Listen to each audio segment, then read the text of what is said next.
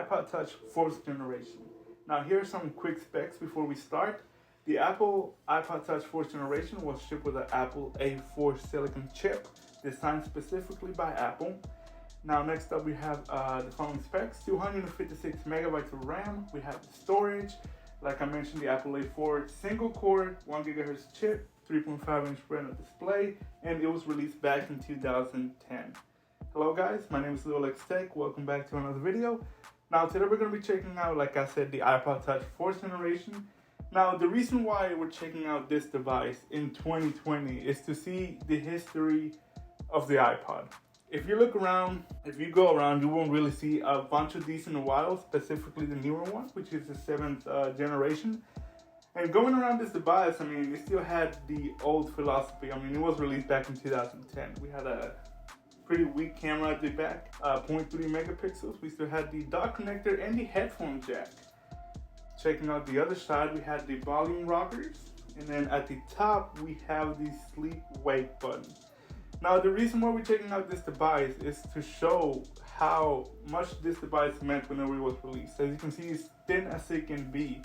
However, this was the beginning of the end. As we go through the OS, this device did not receive iOS 7, which it was released right alongside the iPhone 4.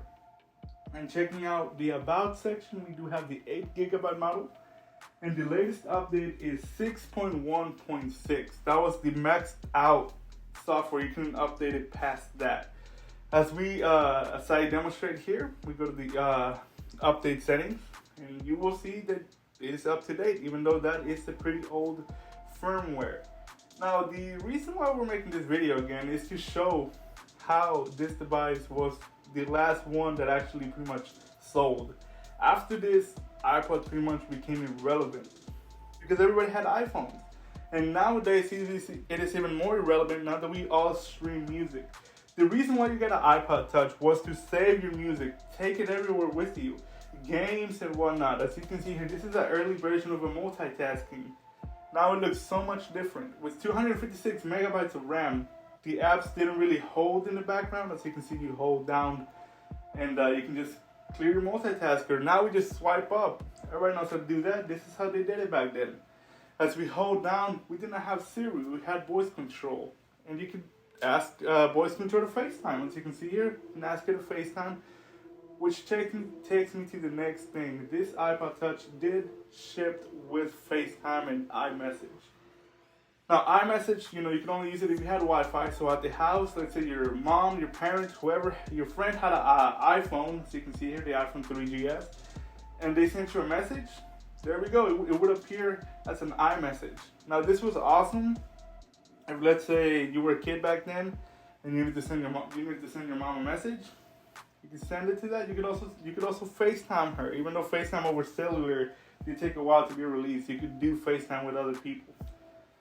As you can see there, a live demonstration of FaceTime running on an iPod Touch from 2010. It just shows how much that feature has evolved throughout the years. Checking out the device, as you can see here, we had the camera in the back, which made it possible. 0.3 megapixels, not really a big quality camera. Next up, the performance. Another reason why you got an iPod Touch was to play games. Mobile games was big back then, especially with the PSP, the Nintendo, PS Vita.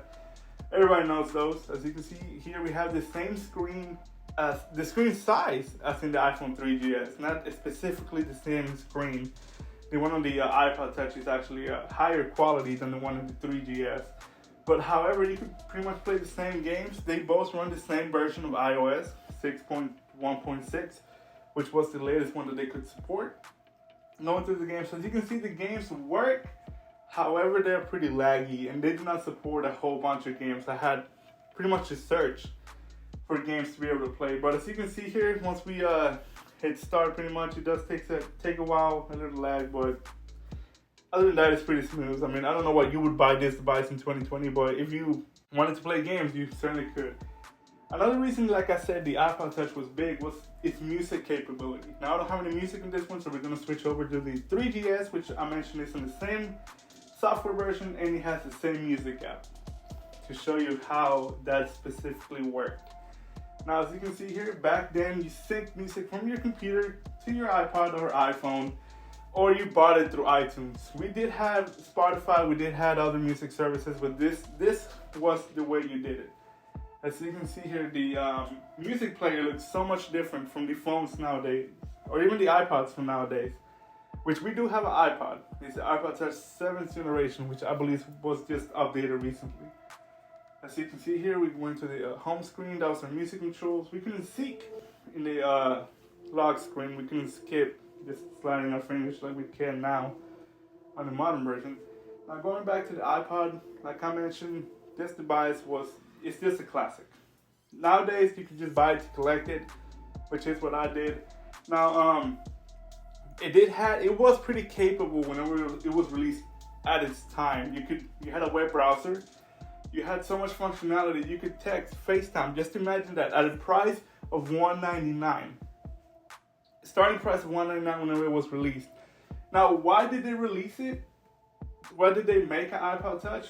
Well, the people who had the iPhones, they wanted the same functionality, but they didn't want to pay the iPhone price. Or let's say you wanted to buy it for a kid or somebody else, maybe as a gift. That's why you bought it.